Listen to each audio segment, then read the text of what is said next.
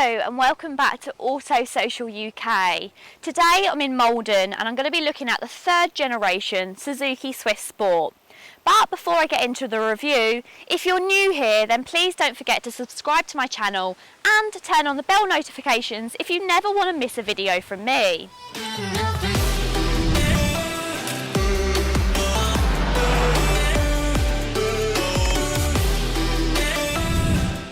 The Suzuki Swift is well renowned within the motor industry for its rock-solid reliability and its ability to actually get close to those official MPG stats. Setting the Sport apart from the standard Suzuki Swift, you do get these larger, more aggressive front and rear bumpers. You also get a carbon effect splitter and carbon also carried through to the middle of the grille and along the side skirts of the car.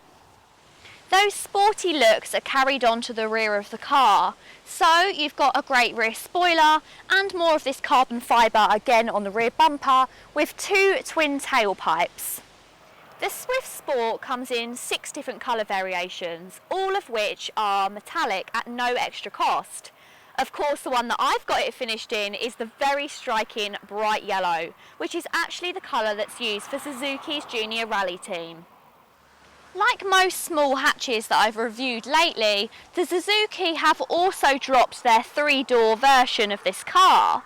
However, they have done one thing to make sure that those 3-door lovers are as happy as they can be, and that's by integrating the rear door handles in the top of the car, giving the illusion of a 3-door but the space of a 5. You don't buy a Swift for big boot space, but in the new model, the Swift's boot has been cleverly remodelled to give you extra space. Despite being 10mm shorter overall, the wheels have been pushed out to each corner by 20mm and the Swift is now wider too, so boot space of 264 litres isn't bad. It's more than the 251 litres in the Up GTI, but less than the 292 litres of the larger Fiesta ST line. Despite this generation actually being shorter, the wheelbase is longer, which means it gives you loads of headroom and legroom. It is also good to note that there are 3 rear seats, unlike in the Up GTI.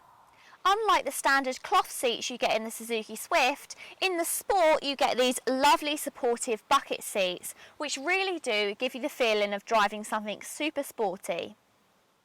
Interior quality has never been one of Suzuki's strong points, but the Swift Sport's hard-feel dashboard is lifted somewhat by sporty red trim pieces, a stylish leather-bound steering wheel and aluminium pedals.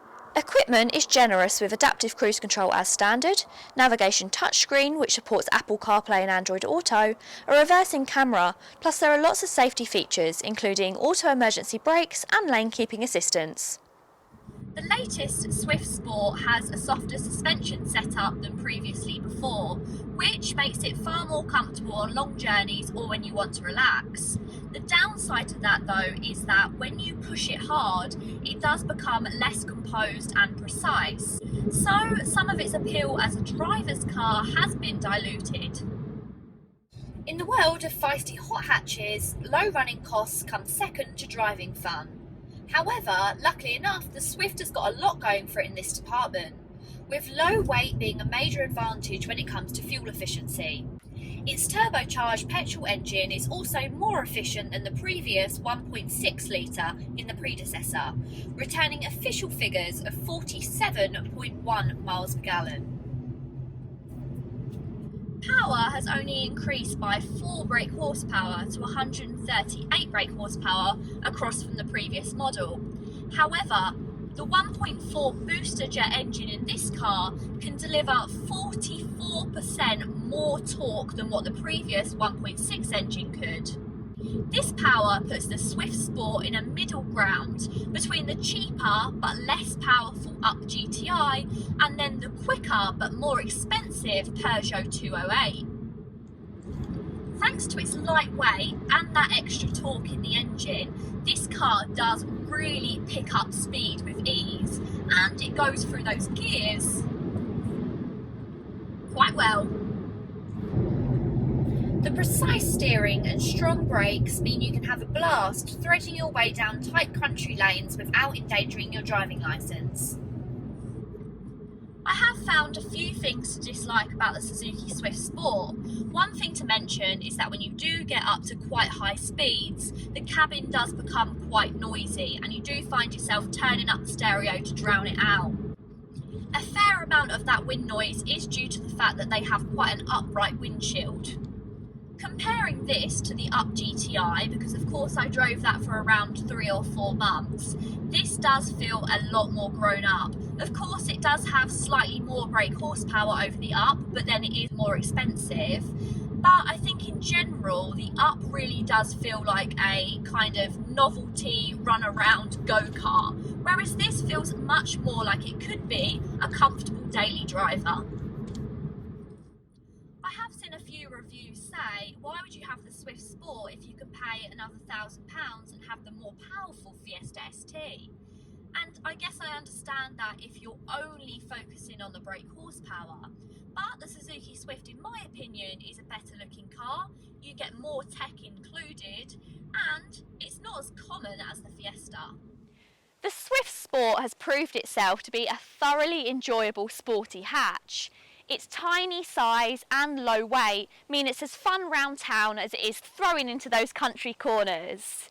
Its engine produces great mile per gallon figures, all with lots of punchy performance. There are other hot or warm hatches on the market which will rival the Sport, but if you love the looks of the Suzuki, then this is definitely one to consider.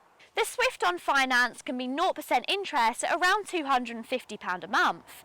If you preferred to buy your Swift cash, then you can get this stunning second-hand example with just 2,000 miles for £13,995. For all the latest offers, new and used, I'll pop all the details at Quest Motor Group in the description box below.